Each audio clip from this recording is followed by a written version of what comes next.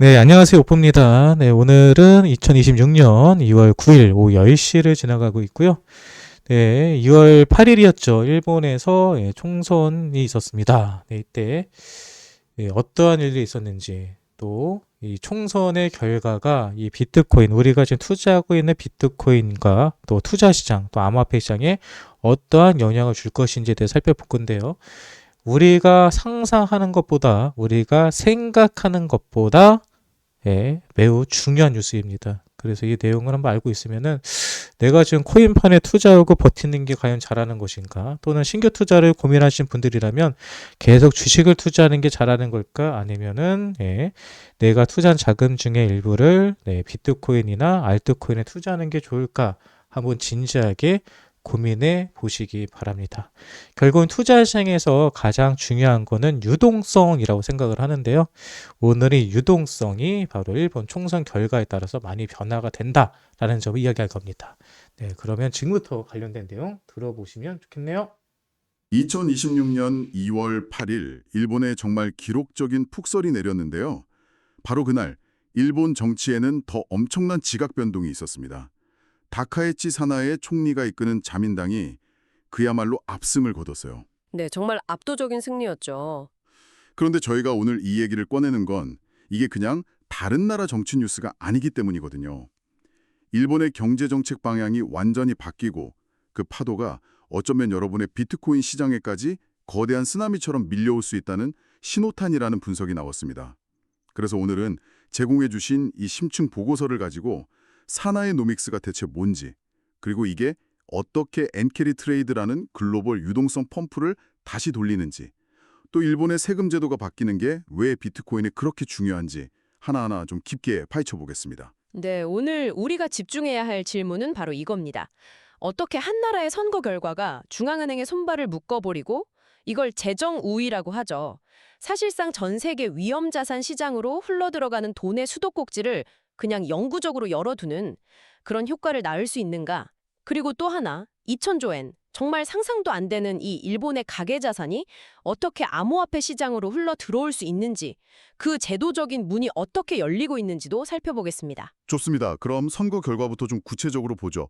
보고서를 보니까 정말 입이 떡 벌어지는 수준이더라고요. 그렇죠. 자민당 혼자서 316석 이상, 열린 여당인 일본 유신회랑 합치면 352석, 헌법을 바꿀 수 있는 기준선이 310석인데 이걸 그냥 훌쩍 넘긴 거잖아요. 네, 초다수 의석이라고 부르죠. 이게 정치적으로 어떤 의미를 갖는 건가요? 뭐 총리가 그냥 마음대로 다 할 수 있게 됐다 이런 뜻인가요? 거의 그렇다고 봐야 합니다.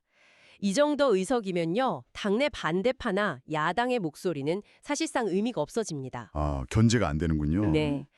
다카이치 총리가 자신의 정책을 밀어붙이는 데 있어서 그 어떤 정치적 장애물도 사라졌다는 뜻이에요.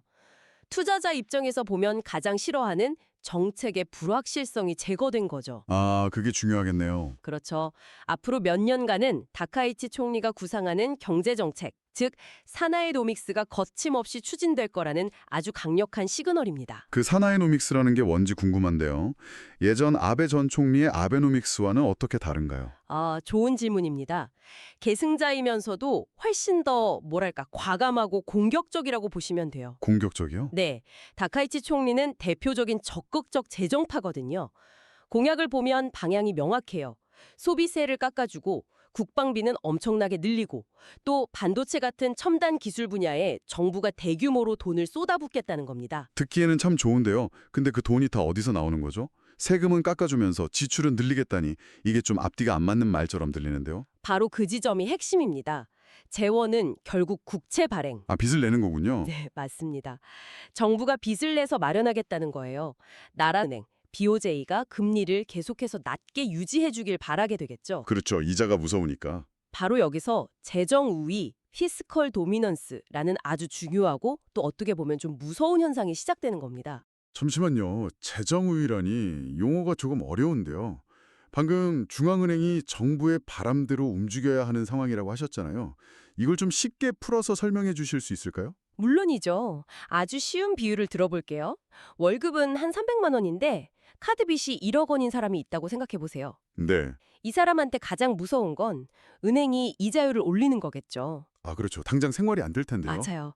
이자를 1%만 올려도 매달 내야 하는 돈이 너무 커져서 생활이 불가능해질 거예요. 지금 일본 정부의 재정 상태가 딱 이렇습니다. 국가 GDP의 2.6배가 넘는 빚을 지고 있어요.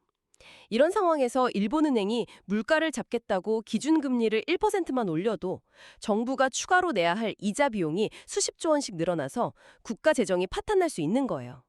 와, 이해가 확 되네요. 그러니까 중앙은행 총재가 인플레이션을 잡으려고 금리를 올리고 싶어도 정부라는 가장 큰 고객이 파산할까 봐 이자율을 못 올리는 거군요. 오히려 계속 돈을 찍어서 정부의 마이너스 통장 역할을 해줘야 하는 상황이라는 거고요. 정확합니다. 중앙은행의 가장 중요한 임무인 물가 안정보다 정부의 이자 비용 관리가 더 우선시되는 상황. 즉, 중앙은행이 정부제 올리는 건 어리석은 짓이라면서 노골적으로 일본은행을 압박해왔어요. 이제는 압도적인 정치적 권력까지 손에 쥐었으니 일본은행은 사실상 백기를 든 셈이죠. 보고서에선 한 발 더 나아가서 정부와 일본은행이 맺은 물가 2% 달성이라는 공동 목표 자체를요, 임금 상승과 경제 성장 지원처럼 좀 애매한 문구로 바꿔버릴 수 있다는 분석도 나와요. 아예 금리를 못 올리게 족쇄를 채울 가능성까지 제기하는 겁니다. 그렇군요. 결국 중앙은행이 자국화폐, 즉 엔화의 가치를 희생시켜서 정부의 빚을 갚아주는 구조가 고착화된다는 말씀이시네요. 이건 장기적으로 보면 엔화라는 돈의 가치에 대한 신뢰가 떨어질 수밖에 없는 거고, 반대로 총발행량이 딱 정해져 있는 빚 이고 강력한 파급 효과가 있습니다. 어떤 거죠? 바로 이 재정 우위 상황이 전 세계 유동성의 수도꼭지인 엔캐리 트라이드를 다시 활짝 열어젖혔다는 점이에요. 아, 드디어 나왔네요. 보고서에서 가장 중요하게 그리고 가장 많이 반복되던 단어가 바로 엔캐리 트레이드였어요.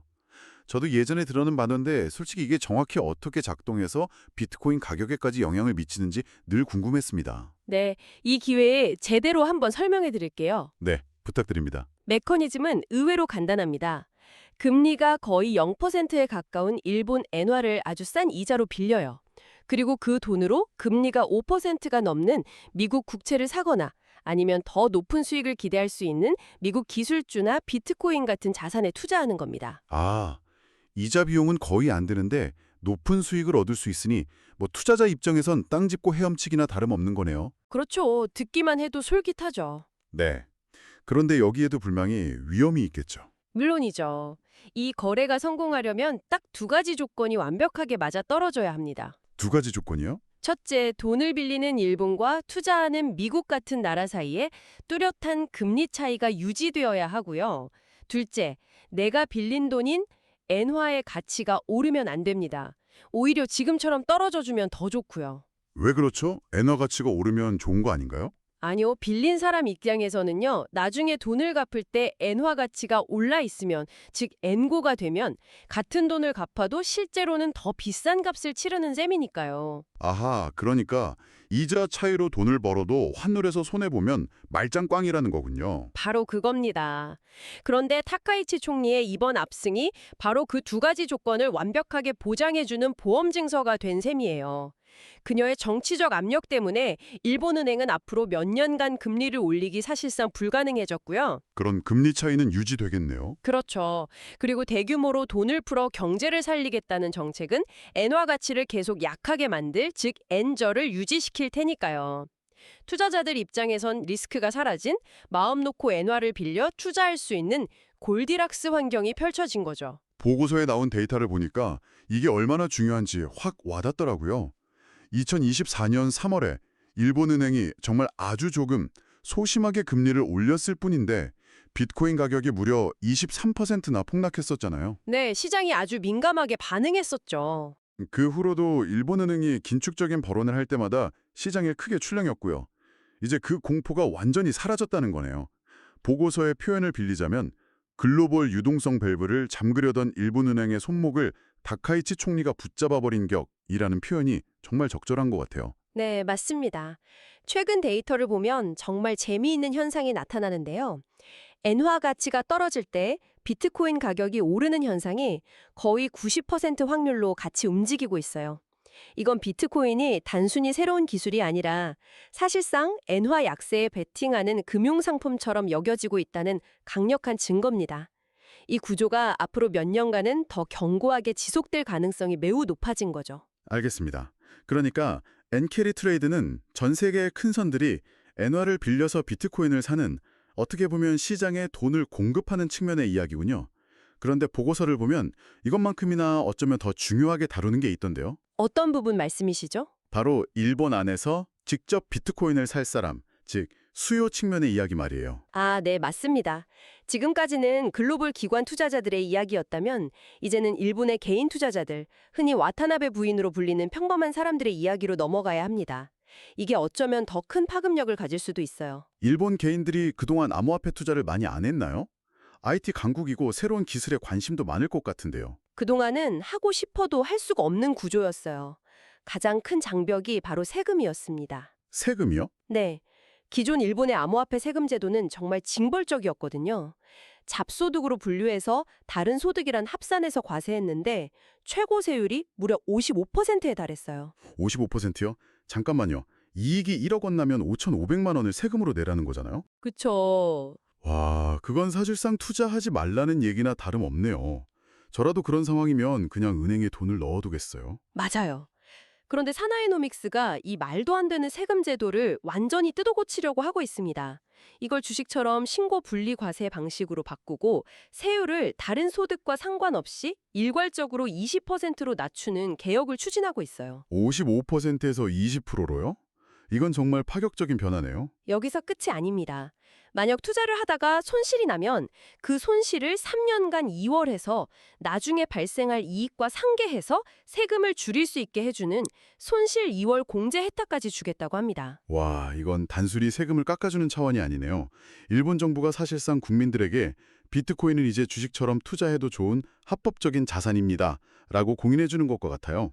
그야말로 투기꾼들의 놀이터에서 국민 재테크 포트폴리오의 일부로 신분이 바뀌는 엄청난 패러다임 전환인 거죠. 정확히 보셨습니다. 그 파급력이 어느 정도일지 가늠해 보려면 일본의 가계 자산 규모를 봐야 해요. 일본의 가계 금융자산이 약 2,000조 엔, 우리 돈으로 17조 원이 넘습니다. 17조 원이요. 숫자가 너무 커서 감도 안 오네요. 그렇죠.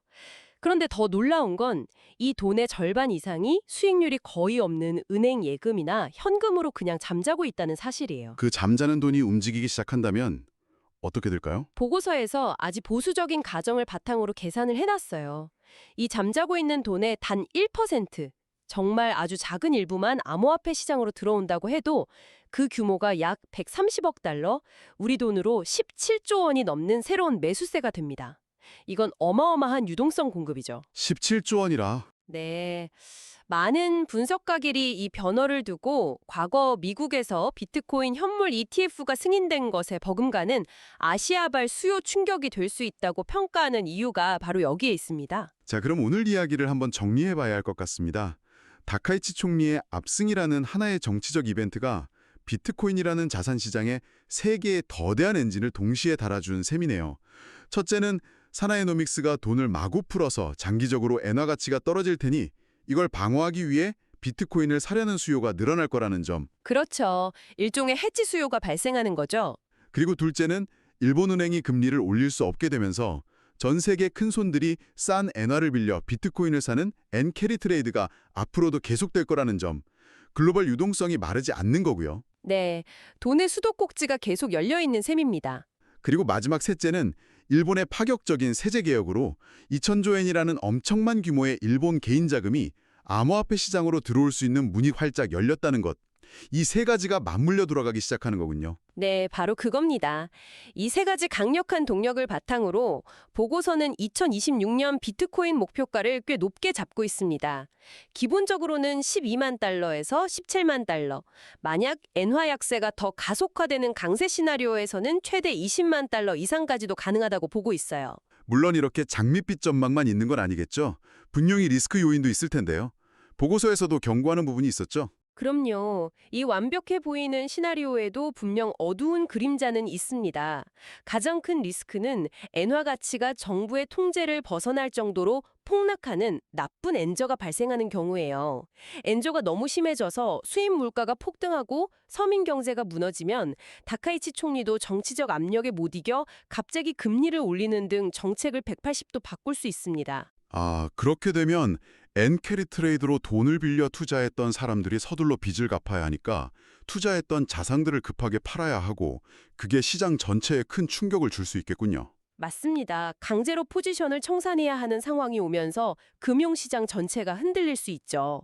또한 일본 국채시장의 불안이 세계 최대 시장인 미국 국채시장으로 번지면서 글로벌 금융 시스템 전체를 위협할 수도 있고요. 결국 다카이치의 실험은 일본 경제를 살리기 위해 돈의 가치를 희생시키는 거대한 도박 인심입니다. 이게 비트코인 같은 자산에는 분명한 순풍이 되지만 그 이면의 리스크도 반드시 함께 봐야 합니다. 그렇군요.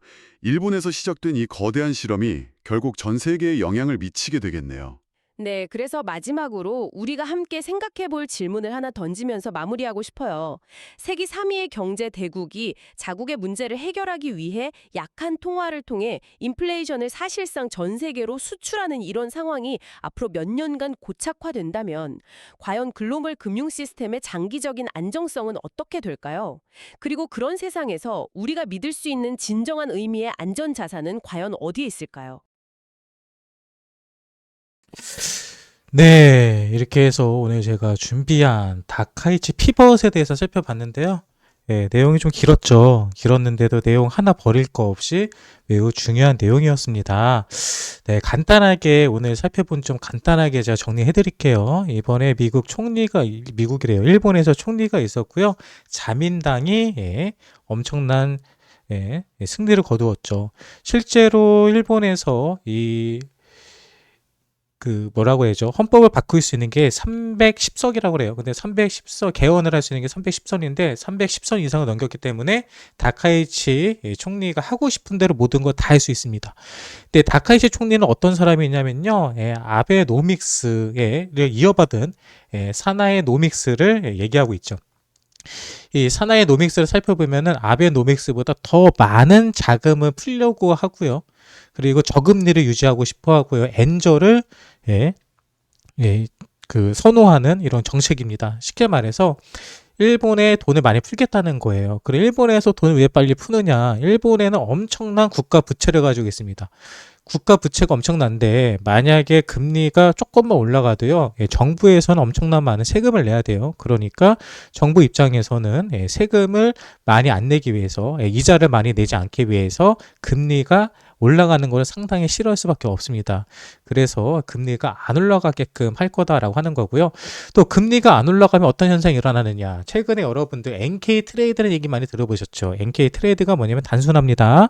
일본 같은 경우는 금리가 거의 제로 금리였어요. 그러다 보니까 일본에서 돈을 빌려가지고 그거를 다른 데 투자하는 거죠. 지금 미국 국채 같은 경우가 4.5에서 4.8% 이자를 주죠. 그러면 일본에서 돈을 빌릴 수 있는 사람은 일본에 돈을 빌려갖고 그냥 미국 국채만 사놔도요. 1년에 3, 4% 이상의 차액의 수익을 볼 수 있는 겁니다. 그래서 이번에 일본에서 금리가 올라간다고 하면은 엔캐리 트레이드를 하던 사람들이 엔화를 다시 갚기 때문에 시장의 유동성이 줄어든다라는 소리가 있었기 때문에 실제로 비트코인이나 금이나 은 같은 가격들이 조금 일시적으로 떨어지는 일들도 있었거든요. 네, 실제로 작년인가요? 재작년에 일본에서 금리를 잠깐 기습적으로 올렸을 때 비트코인은 하루에 엄청나게 많이 빠지는 일들도 있었습니다. 그런데 이번에 다카이치 총리가 다시 총리가 되면서 유동성이 계속해서 시장에 공급될 가능성이 있다라는 점입니다. 그리고 또 하나 결국은 전 세계에서 큰 손으로 불리는 일본의 투자자들인데 일본의 투자자들은 그동안 비트코인을 대놓고 사지 못했어요. 왜? 일본에서 비트코인이나 주식을 해서 번 돈은요 종합소득에 들어가기 때문에 실제로 최대 과세가 55%까지 됐고요. 그리고 이거 잡소득이라 나와 있는데 실제는 종합소득입니다. 한국으로 따지면요. 쉽게 말하면 내가 회사에서 만약에 연봉이 3천이에요. 연봉이 3천인데 코인으로 3천을 벌어서 6천이 되죠. 그러면은 자신의 수입 구간에 따라서 세율이 정해집니다. 그러니까 주식이나 아니면 코인을 통해 조금만 돈을 벌어도 종합과세에서 과세 비율이 상당히 높아지기 때문에 부담이 됐었죠. 그래서 코인이라든지 주식에 투자하는 일본인들이 생각보다 적습니다. 그런데 일본에서는 이 세제 개편이 있었죠. 그래서 기존에 주식이나 아니면 코인에 투자했을 때 수익금에 대해서 신고 분리과세 해갖고 20% 정도로 세금을 낮춰준다는 거. 네, 이것은 시장이 엄청나게 큰 호재다라고 보면 될 것 같고요. 그 호재라고 말할 수 있는 게 현재 일본에서 잠자고 있는 자금이 2,000조가 넘는다고 합니다. 2,000조 중. 아까 이 보고서에서 얘기를 했지만 2,000조 중에 1%만 코인 시장으로 들어와도요. 130억 달러 이상의 코인 시장에 유입되는 상황이 온다. 라는 거죠. 네, 그리고 현재 슈퍼사이클을 봤을 때 많은 전문가들이 비트코인이 지금처럼 일본이 엔저가 계속 유지가 된다 그러면은 20만 달러까지도 연말에 갈 수 있다라고 분석을 하고 있거든요.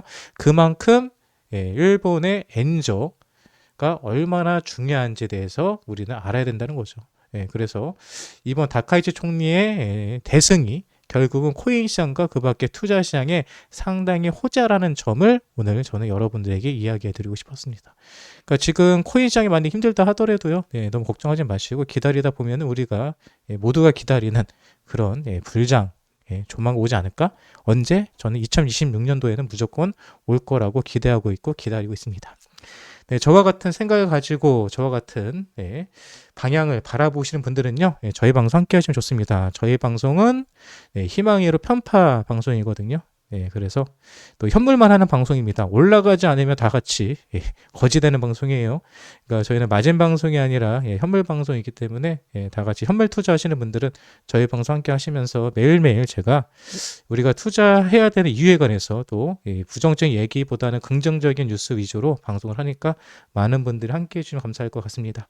이 영상이 여러분들에게 힘이 되었고 좋았다 생각하시는 분들이 있으시면 구독과 좋아요 눌러주시면 감사하겠습니다. 네, 오늘 준비한 내용은 여기까지입니다.